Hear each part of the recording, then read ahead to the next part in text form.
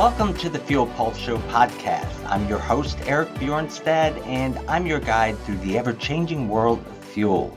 The Fuel Pulse Show podcast is for anyone who uses fuel or who has things that use fuel, whether at work or at home. And that means it's pretty much for anyone, especially anyone whose job requires them to be taking care of fuel because they might need that fuel to get the job done, whatever that job may be. So if any of that sounds a little bit like you, then this podcast is going to be for you.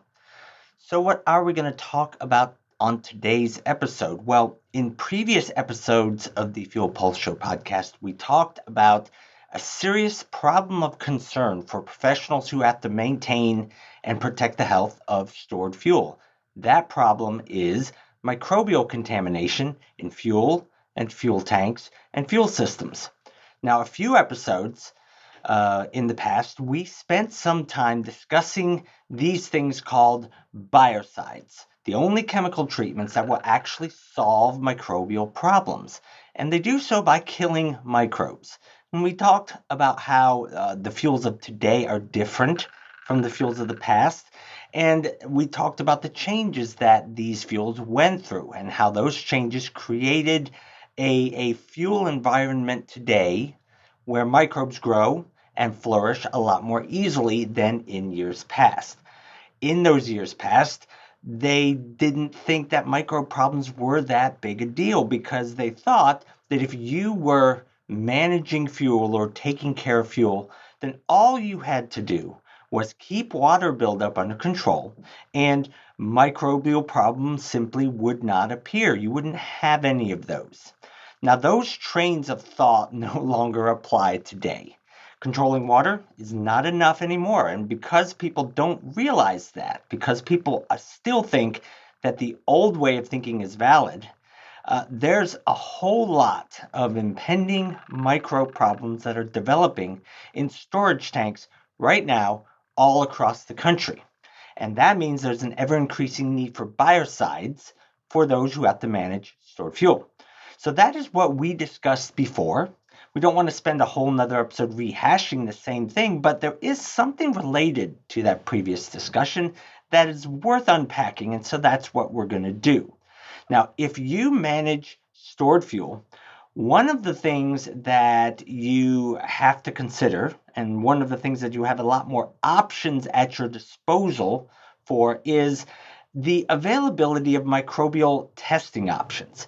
Specifically microbial testing options that allow you to make the kinds of decisions in real time that you never could before. See, today we have the ability to test stored fuel and know whether there's a microbe problem in that fuel, whether it's one that currently is there or if that situation is getting ready to have a microbial infestation or microbial contamination problem that's getting ready to become an issue. Basically, we have the ability to do the kind of testing that will tell us if we have a problem in our stored fuel with respect to microbes right now, or if we're getting ready to have one in the near future. Today, it's easier than ever to get good information on microbial contamination problems, and it is less expensive to do so than ever before. So, with respect to this, there are different kinds of testing options to consider.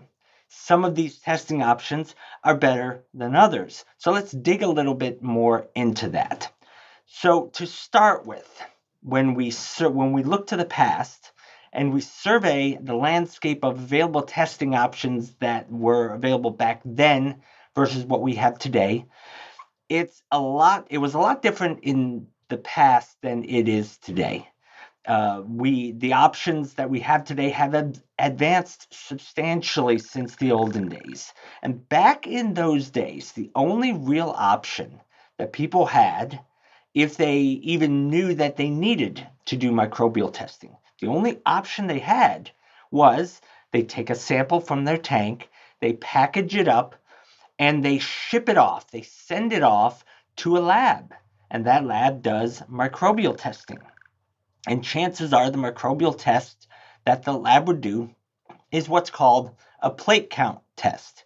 And a plate count test is a kind of culture test. How they would do it is they would have some growth medium, like let's say a petri dish or something that has growth medium on it, which is basically something that acts as food for microbes. They would inoculate that growth medium with the sample, and they would incubate it.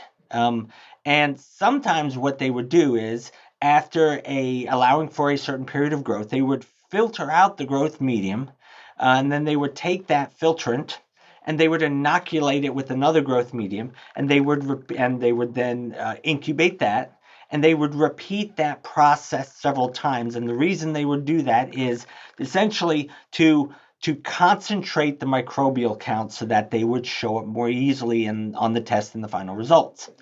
And when they were finished doing that process, then they would count how many colonies were observed, and they would give back the results in what they call colony forming units, or CFUs. Now, there are pros and there are cons to this approach.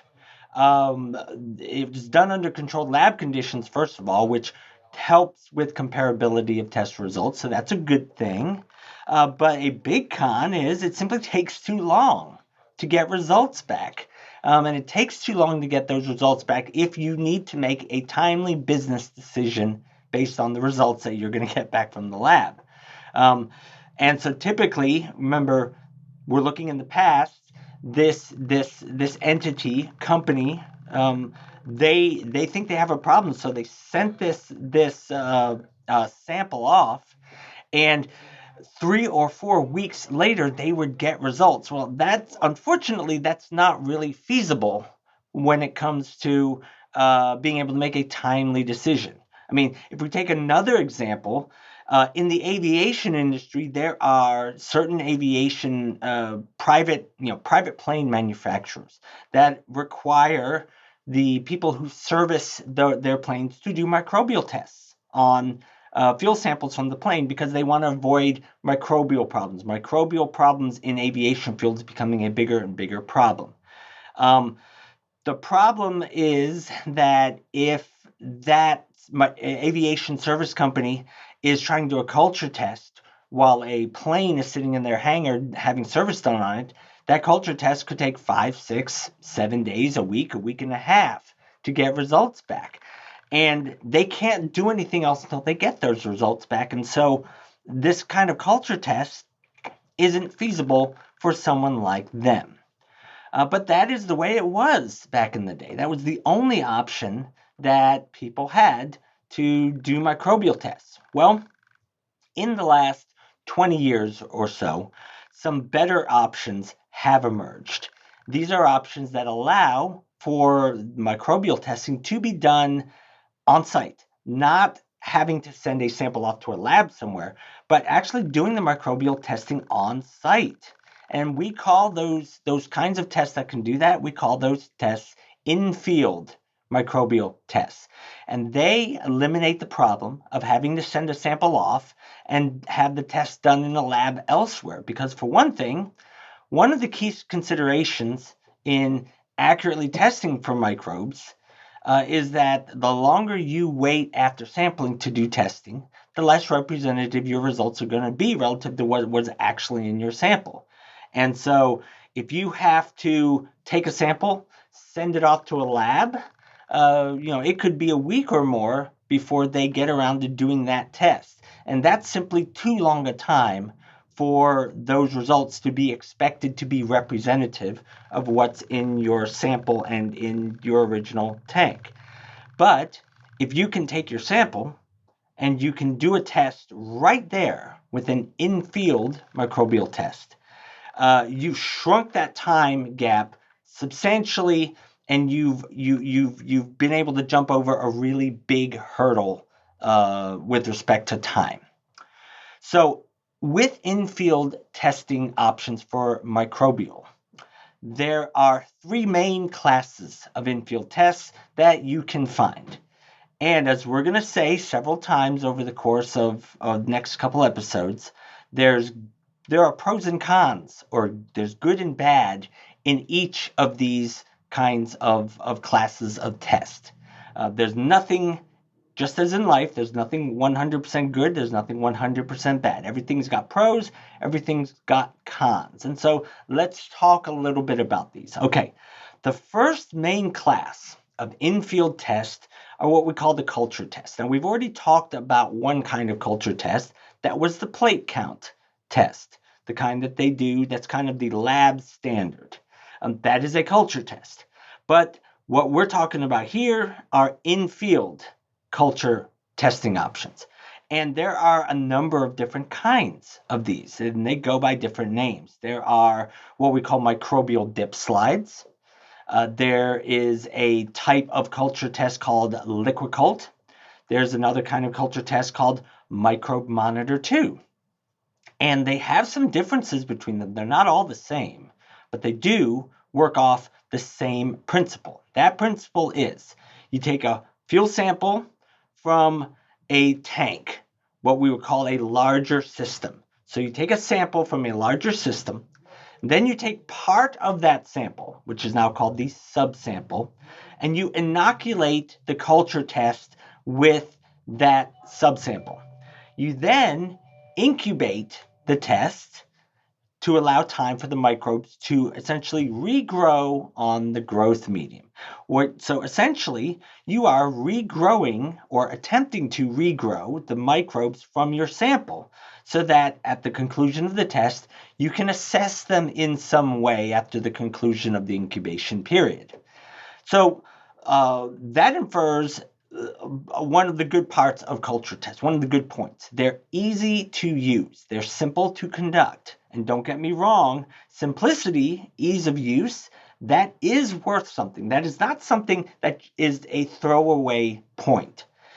If you can do a test properly, if you have confidence that you can do a test properly, and very importantly, you can do it successfully and properly the same way time after time after time, then your test results are going to have less variance, and you're going to have more confidence in those test results because you're going to have more confidence that you did not make a mistake that was going to affect your results.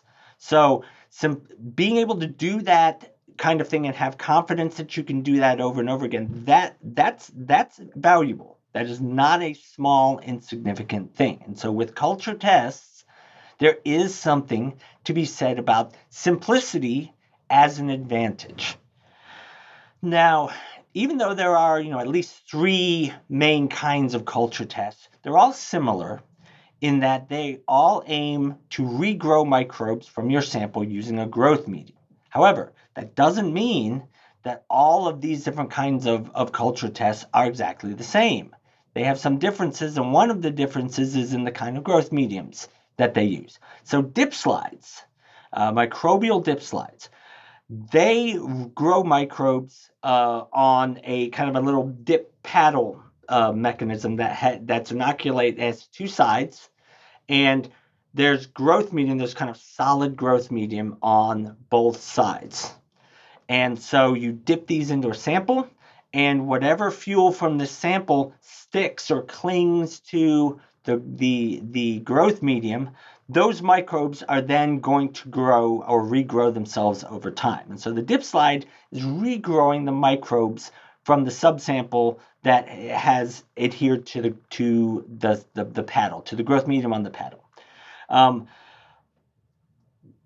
Taking another culture test, LiquiCult culture tests, they don't use a solid growth medium. They use a liquid growth medium. They're like little jars, and they have a liquid growth medium in them. And the liquid growth medium has an indicator in it that it's sensitive to pH and will change color.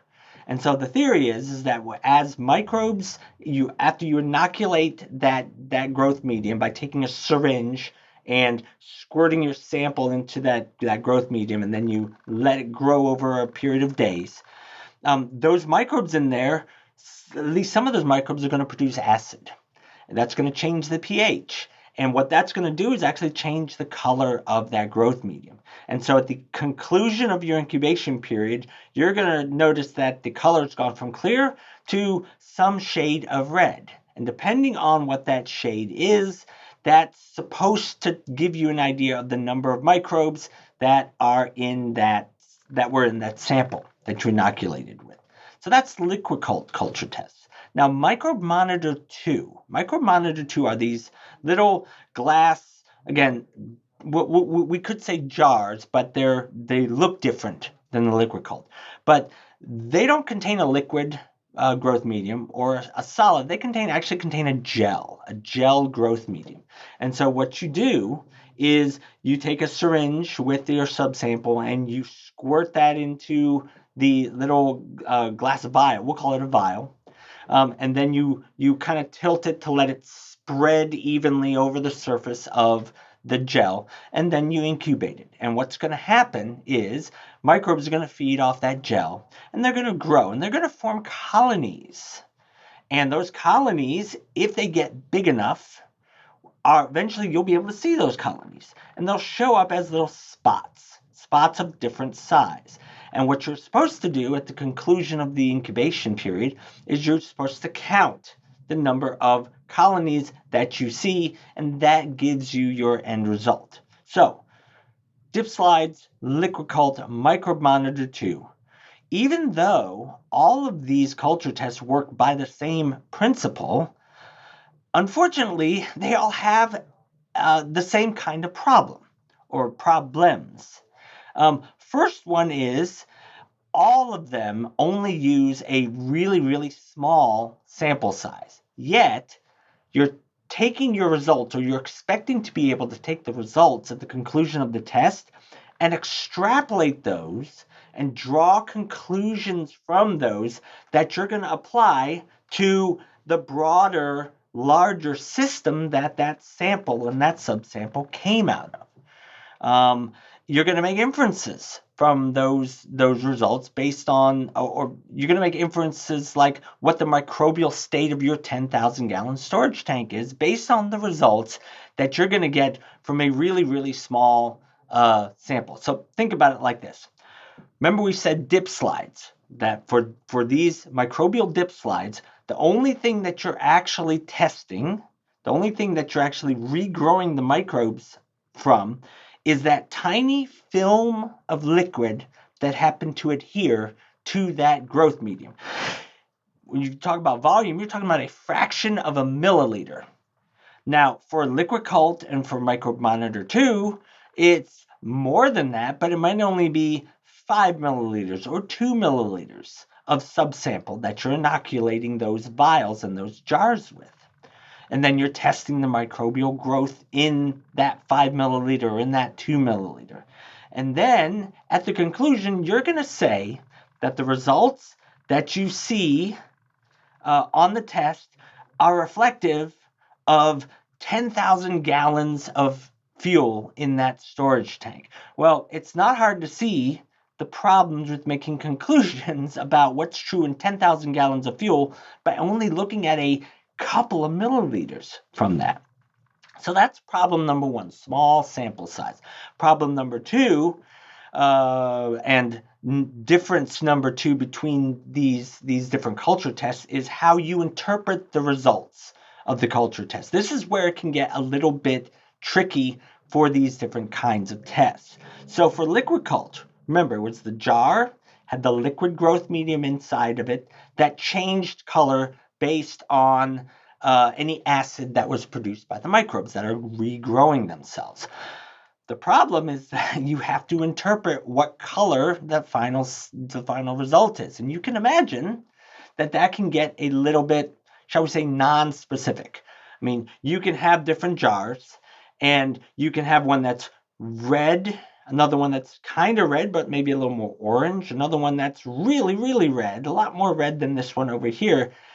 You can see that there's a difference, but it's hard to go from that to being quantitative about it. So you'll get qualitative results, but they're not very quantitative, and that can be a problem. Now, for dip slide culture tests, the ones that you dip into the sample and then you seal it up and you let them regrow, you got a bigger problem. The problem's even more pronounced because when you finish the incubation period, what you see is you just see a bunch of growth.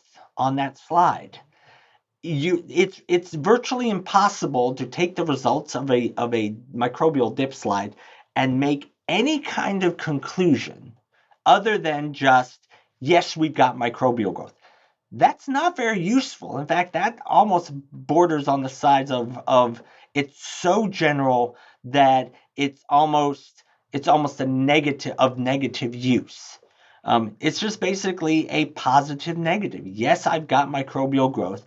No, I don't. Doesn't do you a lot of good if you're trying to make any kind of determination that the microbial growth in that sample is of sufficient level, or if you're trying to determine that the microbial contamination that's in that sample is of a sufficient amount as to require that you do something. You really can't make that kind of judgment from a dip slide culture test. Now, for Microbe Monitor 2, things start to look a little bit better.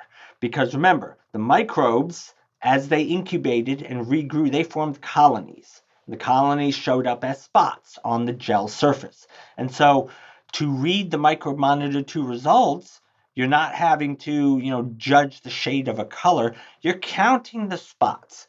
More spots means more colonies, which means more microbes. So on the face of it, that's definitely better than looking at a dip slide at a patch of microbial fuzz and trying to make sense of what that means. So that's a lot more useful, the Microbe Monitor 2. But still, we should recognize that there are problems that we have to kind of draw out from that. So what are some of these some of these problems? Now, these are problems that are inherent, not just in Microbe Monitor 2. I didn't mean to infer that we have problems with Microbe Monitor 2 we have to draw. No. Let's take a step back and consider these three kinds of culture tests. There are a number of cons inherent to culture tests that really reduce their usefulness as the kind of test that you would want to choose if you were trying to do microbial testing on your tank and get results that had what they call diagnostic utility. What that means is results that are useful enough that you can take action on them. Okay, that's what that means. So culture tests really are not good for being able to make those kind of results and those kind of judgments. The reason that is because they have some inherent problems. So let's talk a little bit about those without getting too overly technical, because we can get as technical as we allow ourselves to. And we've only got, an hour-long podcast here. Okay, problem number one, already alluded to this, length of time that it takes to get results. Because of what culture tests are trying to do, you have to incubate them for X number of days, which means, as we said before, you can't use them to make a judgment in real time right then and take action on that. You're going to have to wait 4 days or 5 days. You may have to wait longer. And for many businesses that are having to make decisions in real time, that's simply not useful. That's almost a deal breaker for them. So length of time, that's problem number one. Problem number two is the issue of cross-contamination. Now, what do we mean by that? Well, cross-contamination just as a thing, we know it's this idea that when we're looking at the results, we don't have a useful way, or we don't have a sure way of being able to tell of the microbes that we're seeing at the end, how many of those are our microbes, quote unquote, versus microbes that came from contamination from the outside. Now, having said that, nobody who lives out in the real world operates under any kind of illusion that we're doing this kind of testing in a sterile environment. We know that it is impossible to eliminate cross-contamination completely. You can't do it. We're doing this in the real world. So we're not saying that in order for a test to be valid, you have to do it in a sterile environment. No, when we bring up cross-contamination, it really has more to do with that idea that because these tests take days to generate their results, there is a much greater chance that those microbes that came in from the outside are going to show up in our mixed into our final results. And there's no way to know what proportion of the results that we're seeing are from those versus the ones that we actually care about, which are the microbes that came from our sample. So cross-contamination is problem number 2 with culture tests. Then there's the issue of what we call a large margin of error. Margin of error is the idea that when we get our final results, there could potentially be a substantial difference in what we see at the end when we're looking at the results versus what was actually true of the sample that we started with. Let's say the sample that we started with and that we inoculated that culture test with had, 10 microbes in it, for hypothetically speaking. So we started with 10 microbes. It is objectively true that we actually have 10 microbes in our sample. But when we get our results back, maybe the results tell us that we have 50 microbes. So we have now a large margin of error. There's a margin of error of 40. There are 4 times the amount of what we actually started with. So this is a problem that's inherent in culture tests because of how they generate their results. They have to regrow the microbes. There are 2 factors that cause this to be a contributing factor. In other words, 2 factors that cause culture tests to have large margins of error.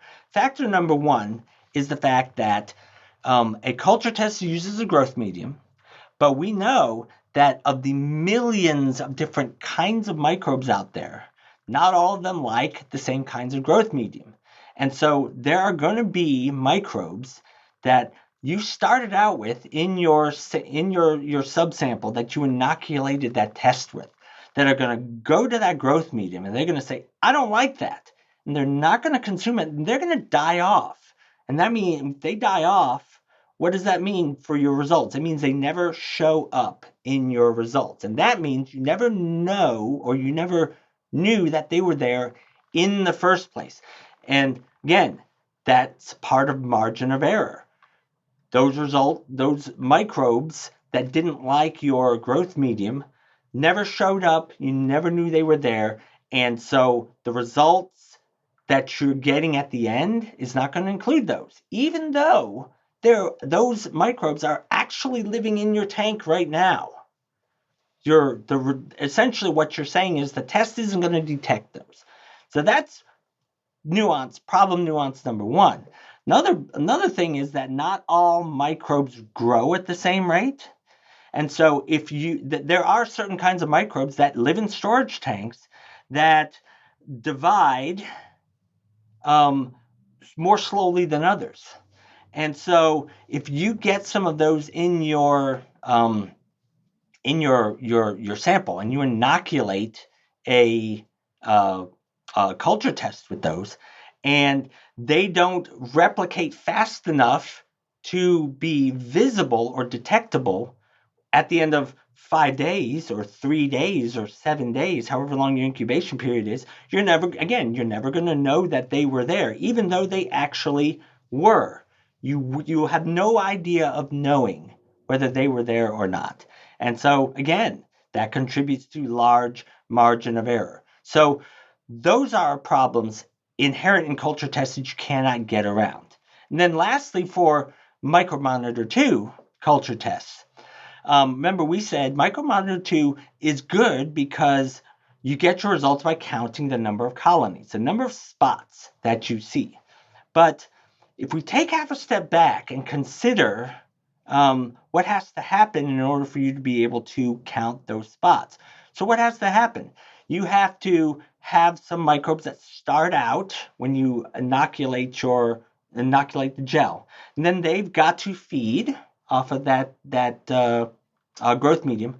And then they've got to replicate. And they've got to replicate, and they've got to form a colony. Okay? But not only do they have to form a colony, they have to form a colony that's large enough for you to see them. Because remember, if you can't see them, you're not going to count them. And if you can't count them, that means for the purposes of your results, they did not exist. Except they did exist. The test just wasn't able to detect them. The test wasn't sensitive enough to detect them in that sense. So with these Microbe Monitor 2 results, you are counting all of these spots and all these colonies. And in order for a colony to get large enough for you to detect them, they have to contain, depending on what species of microbe, it could be 1 million microbes, it could be 1 billion microbes. It's a lot of microbes. And the issue with Microbe Monitor 2 is that when you start counting your results, one thing that's going to be really evident is that some of those spots are small and some of them are large. Yet there's no way for the test to account for differences in size. And so what that test is doing is it is counting whether it's a big colony that contains 50 billion microbes, it's counting it as one colony. The spot next to it is small. It's big enough for you to see, but it's small. It might only have 50 million microbes. It counts it as one colony. But what's the difference between 50 million and 50 billion? It's a factor of 1,000.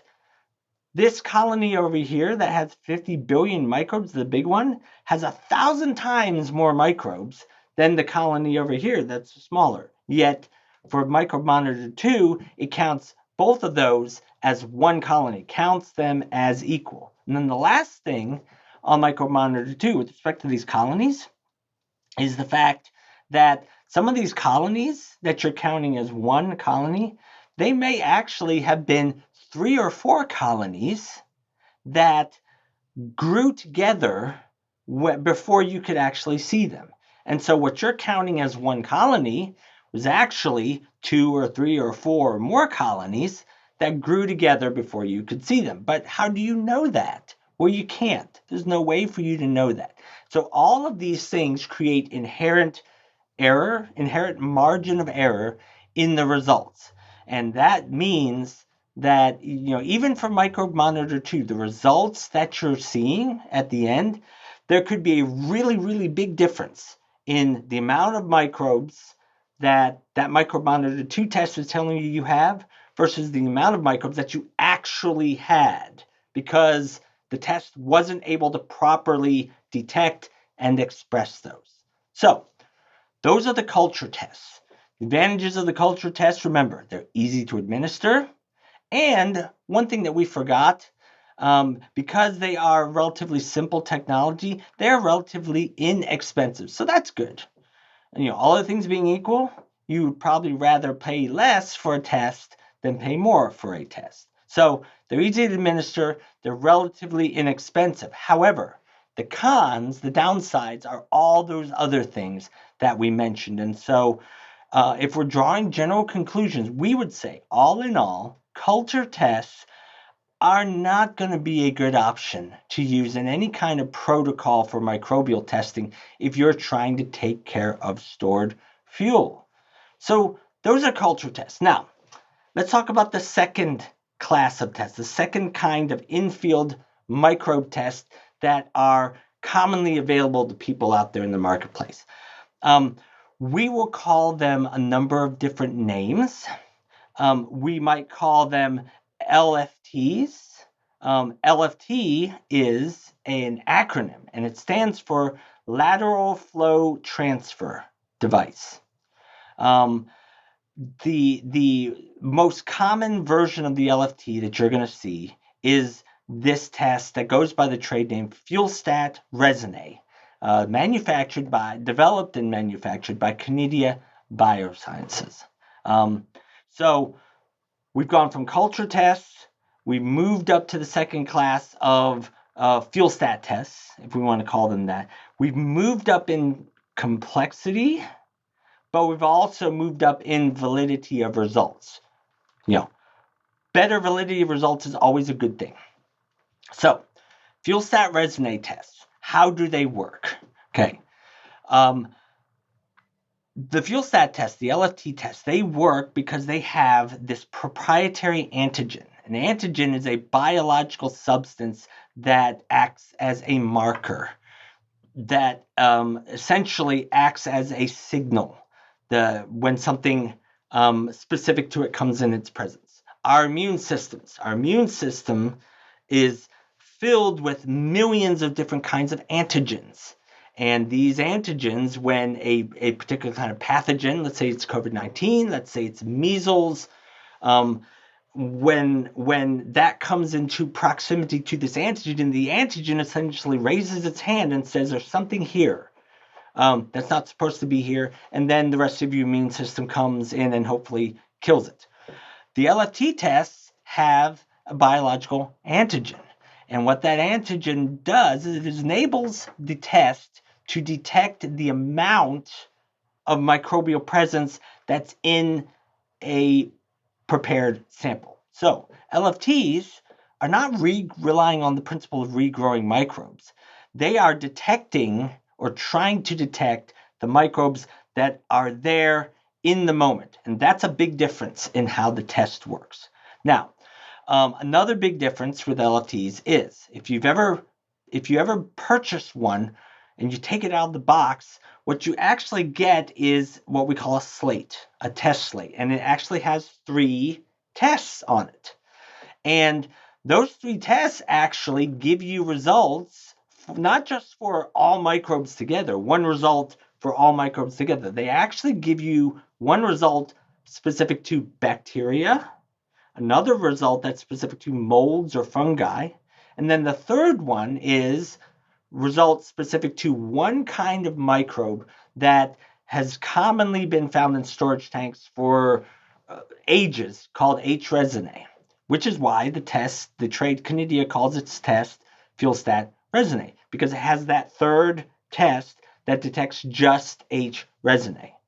All right, so how exactly do you get results? We said that we were stepping up in complexity here, but we didn't say that to scare you, because at their heart, running an LFT, running a fuel stat resonate test is not really all that complicated. So how do you do it? In order to do an LFT microbe test, you take some of your sample and you mix it with this extraction fluid in a little dropper bottle that comes with the test.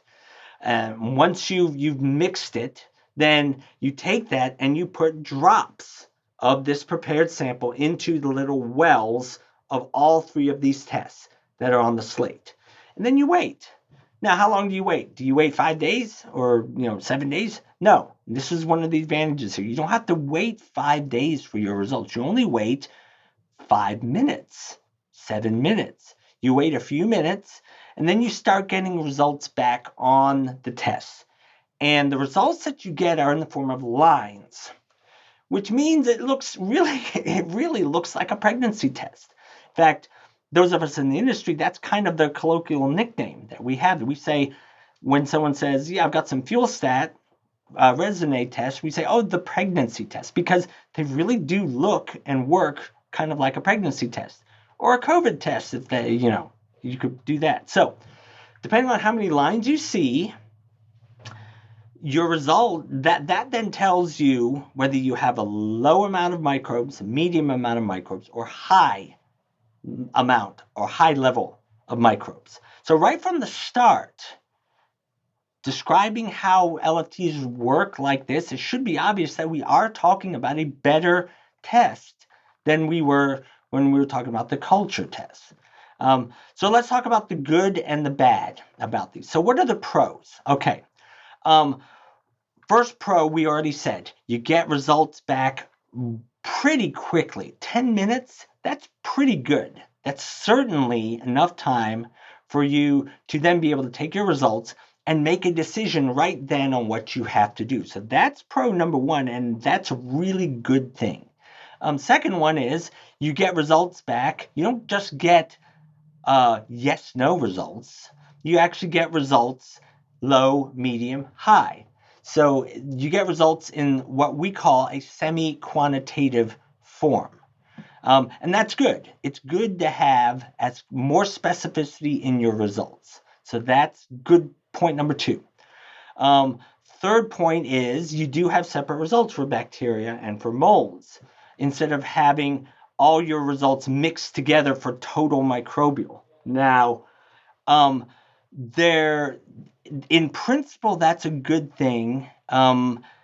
It's not as much of a benefit or as much of an advantage as you might think at the beginning, because most people out there, and this is speaking from experience having worked with people out in the field, for most people who are trying to test and then take action, they might argue they don't need to know this. And they might even argue that it's too much information. There's nothing, they don't know what to do about a result that says, oh, you're high on bacteria and low on molds. That doesn't mean you're going to do anything different than if you're low on bacteria and high on molds. But all in all, though, it's not a bad thing to have. The fourth pro is something we have not mentioned before, and that is that fuel stat resume tests have an ASTM number associated with them. And that's actually something that does matter, and it matters in the area of the vetting of the test results. So, without going into too much detail, basically, ASTM is the American Society for Testing and Materials, and it is a really big organization that has thousands and thousands of members, and they're all stakeholders in given areas. They're industry professionals, they're government, they're experts in the field. And what ASTM does is they establish all the standards for what the properties of all kinds of things have to be. When I say all kinds of things, I mean all kinds of things. So, specific to what we're talking about, there's a subcommittee for ASTM that deals with defining the properties of diesel fuel, defining the properties of gasoline. So, what kind of properties does something have to have in order for it to be defined as number 2 diesel fuel? That's located in this document called ASTM D975. What about, the office chair that you're sitting on has foam in it. It's a certain kind of foam. There's an ASTM subcommittee that deals with defining the properties of the foam that's in your office chair, including, how much it can compress for how long in order for it to meet a certain standard.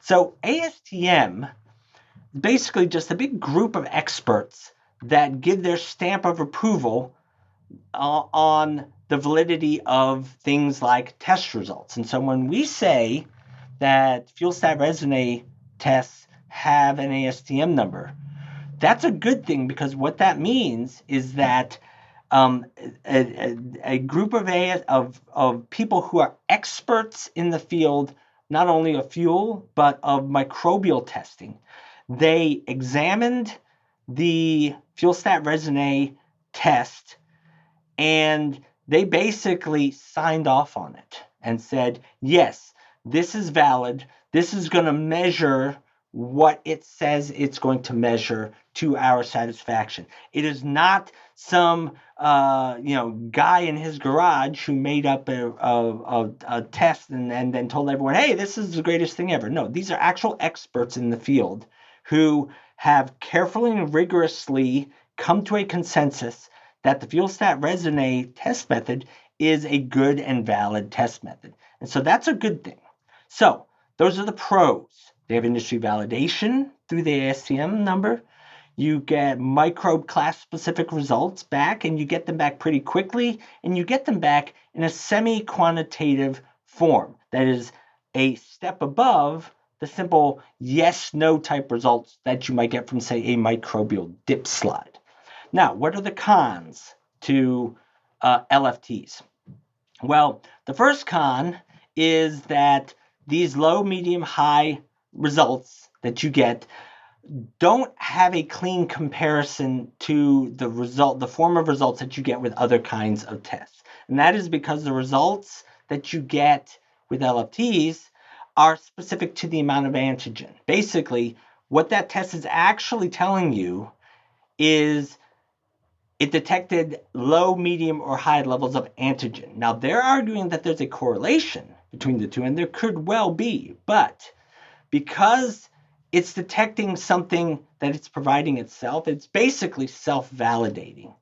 And while that doesn't mean that the results are invalid, no, by no means would we say that means the results are invalid. But what that means is that you can't, it's not very easy to take the results of, a year's worth of fuel stat testing and then switch to a different test, let's say Microbe Monitor 2, where now you're having to get results in a completely different form. It's not so easy to take the results from fuel stat here, the results from Microbe Monitor 2 here, and make a comparison between the two because they look at completely different things. There's too big of a gulf between them, and that's not really a good thing. So that's con number one. Second disadvantage is they can be tricky to interpret, and by tricky to interpret, we mean that there's actually a fairly high rate of error, even for people who are skilled technicians. And it has to do with the fact that when you're reading the results on a fuel stat test, you're looking at the number of lines you see. The problem is that the more lines you see, it can actually mean fewer microbes. And unless you're really paying attention, it can be really easy to make a mistake. And this is recognized. This is recognized in the ASTM test booklet that accompanies the fuel stat test. They actually list a rate of error that's close to like 15-20%, which is not an insignificant thing. So second disadvantage, it can be easy to make a mistake when you're interpreting the results. Third disadvantage for fuel stat tests is you have to be careful in how you handle them. They are temperature sensitive. And the reason they are temperature sensitive is because they use this biological antigen to generate their results. And as these things go, biological antigens are sensitive things. So you have to be careful that you store the fuel stat test properly.